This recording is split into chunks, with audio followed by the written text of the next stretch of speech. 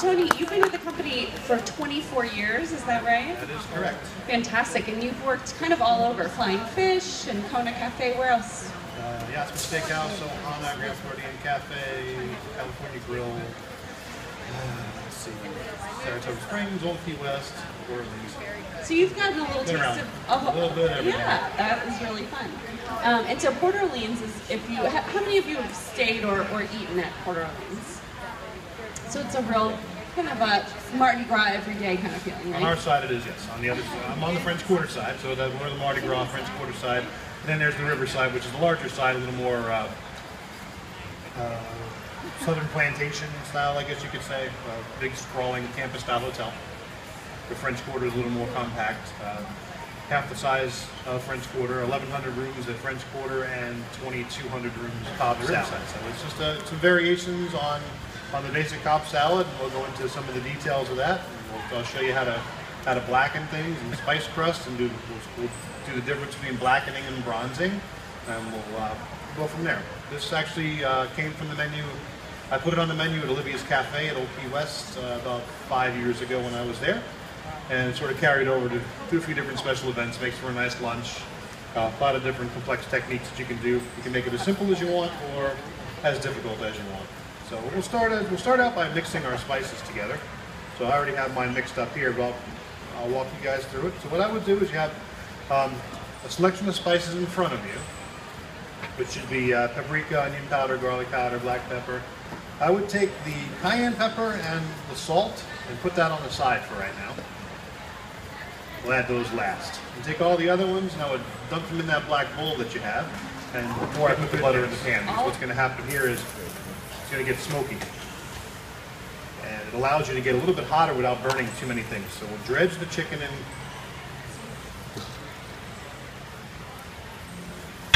in the spice, and then we're just going to let it sit there.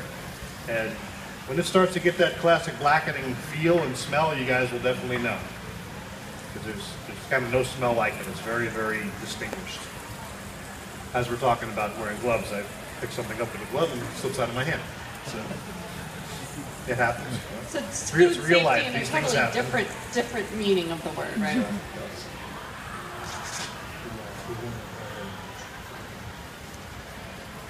Okay. So sent out to you guys. We'll do aromatherapy. So any questions about mixing the spices at this point? Anybody go full force with all the cayenne? What's that? It's exactly what the recipe says here. I think we scaled it back by 1. So it's you don't? You will get the recipes Okay. as you walk out. I totally forgot to say that. Yes, Sorry about that. Sorry about that. So the impression you guys have. Yes, it looks like it's about a teaspoon of the onion and garlic and the cayenne. So add. Just about and then I'll take these off and put them on a pan here. So you call the shrimp bronze. Then Shrimp the will be chicken bronze, is and the chicken will be blackened. I'm just going to take these and throw them in the. Actually, I'll just let them cool at room temperature for right now.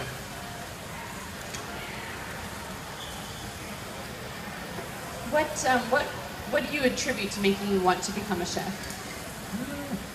That was an interesting story, actually, because I wasn't always a culinary major. In college, I started out as a business major, then I became an art major, and I actually did have to get a degree in graphic art and photography before I decided that I wanted to make cooking my life.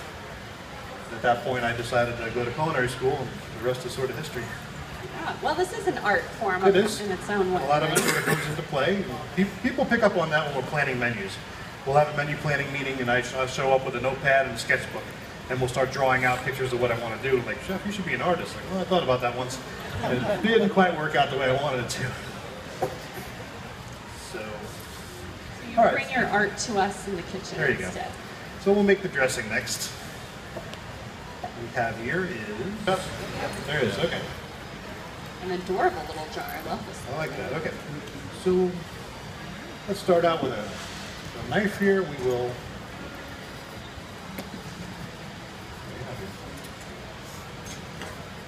There you go. Last one.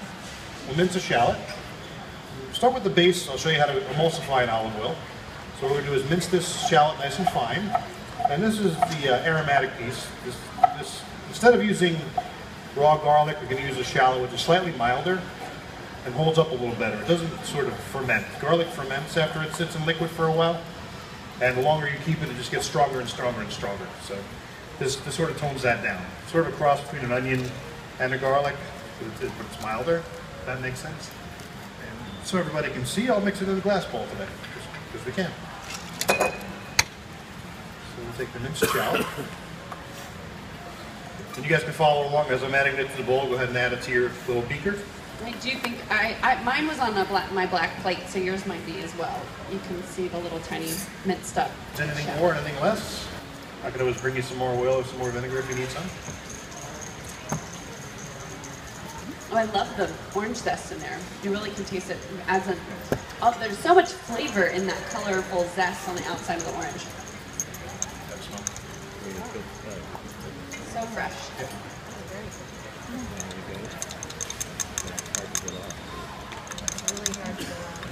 Anybody need anything?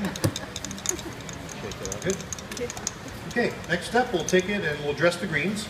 In the traditional way of dressing the Cobb salad, you actually would dress the greens first and then garnish the top with all the other ingredients there. So, little history on the Cobb salad. I know where it was invented. Los Angeles? In the name of the restaurant. The Brown Derby? Anyone with the studios this week? Brown Derby? Hollywood Brown Derby. Okay. So, invented in Hollywood, 1937, by the owner of the restaurant. Legend has it there. The owner was hungry one night, went rummaging through the coolers and grabbed whatever he could find and threw it together and made a salad. The man's name was Bob Cobb. He was the owner of the Hollywood Brown Derby. Named the salad after himself. So this is a little closer to, a little more seafood. You're not going to find a seafood in a classic Cobb salad. The proteins you would find normally would be bacon, turkey, and boiled egg. That's normally what you would find in there. So I sort of upped the ante a little bit with some blackened chicken, some blackened shrimp, some house-made tassel ham that we smoked at the restaurant this week, and then bacon, of course. Bacon makes everything better. Absolutely. So I'll dice up the chicken next. So the classic presentation on this is two things I changed. One of them, obviously, we talked about the ingredients being different, and two, normally the dressing is going to be, the leaves themselves will be chopped up so fine that they look like confetti. I actually prefer something that's a little bit easier to eat, something with a little more, something to grab onto your fork.